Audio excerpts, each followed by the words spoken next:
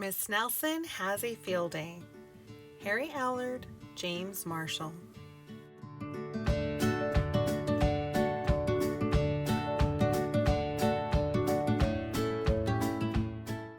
For some weeks now, gloom had blanketed the Horace B. Smedley School. No one laughed or threw spitballs. No one even smiled. Miss Nelson was worried.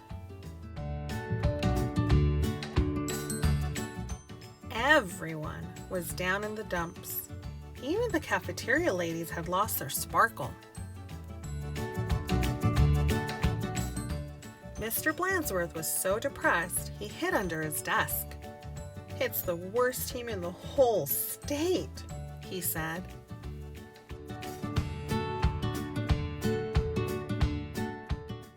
And it was true. The Smedley Tornadoes were just pitiful.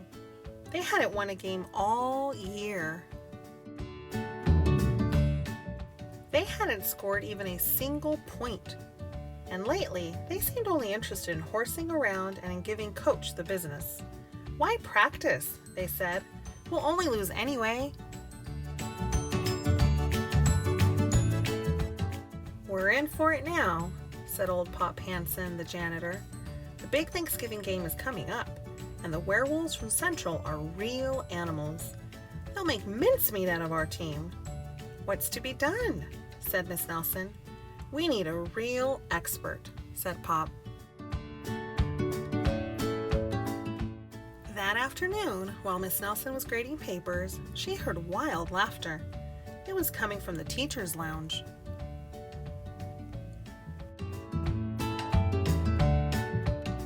Coach Armstrong had cracked up. "I'll make us a fresh pot of coffee," said Miss Nelson.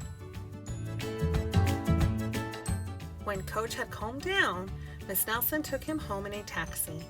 "You need a nice, long rest," she said. The next day, it was announced over the PA that Coach Armstrong would be out for a long time with the measles. "Who will take his place?" said the kids. When Miss Nelson passed by Lulu's after school, a serious discussion was going on. "We need someone who can really get the team into shape for the big Thanksgiving game," said one kid. "Someone who knows how to get results." "It's too bad Miss Viola Swamp isn't around," said another. "Who?" said a kid who was new in town. "You've never heard of Viola Swamp?" said the first kid. "The meanest substitute in the whole wide world? She's a real witch. She'd have no trouble getting results." Mr. Blansworth happened to overhear. He said.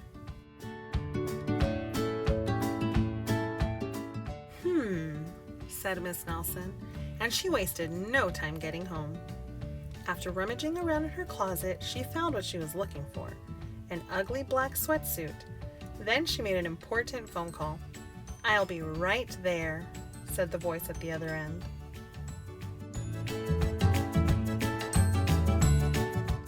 The next day, Mr. Blansworth announced that there would be football practice as usual. "Whoever it is," said the guys, "let's really give him the business." The doors to Coach's office flew open, and out stepped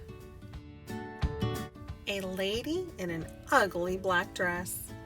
"My name is Viola Swamp," said the lady, "and I am here to get results."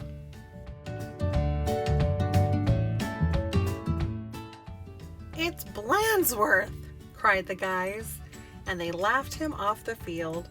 "Oh, rats," said Blansworth. "How could they tell?" Just then, the guys heard the sound of squeaky tennis shoes. "I am Coach Swamp," said the lady in the black sweatsuit. "Holy smoke!" cried the team. "The swamp!" The team's fullback tried to get away. "Not so fast, Mr. Smarty," said Coach Swamp. "Wow," said one of the guys. "Did you see that tackle?" Coach Swamp was a real expert. She put the team to work right away. The guys had never done so many leg raises. "More," said Coach Swamp. had never run so fast. "Faster!" yelled Coach Swamp. "This is murder," said the guys. "Pipe down," said Coach Swamp. In only a matter of days, the Smedley Tornadoes were looking better. Coach Swamp really gave them the business.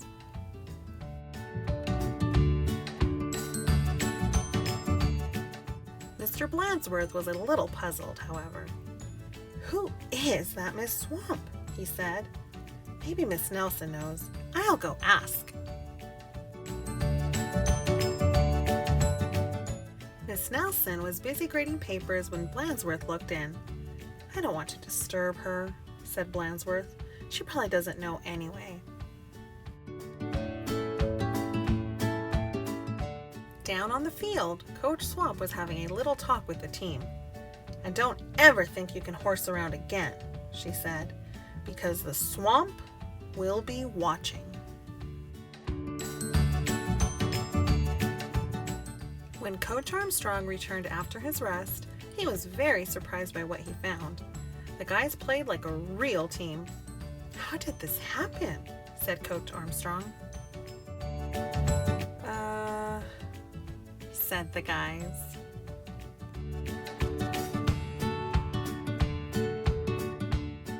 On Thanksgiving Day, the Tornadoes clobbered the Werewolves 77-3. It was a great day for the Horace B. Smedley School.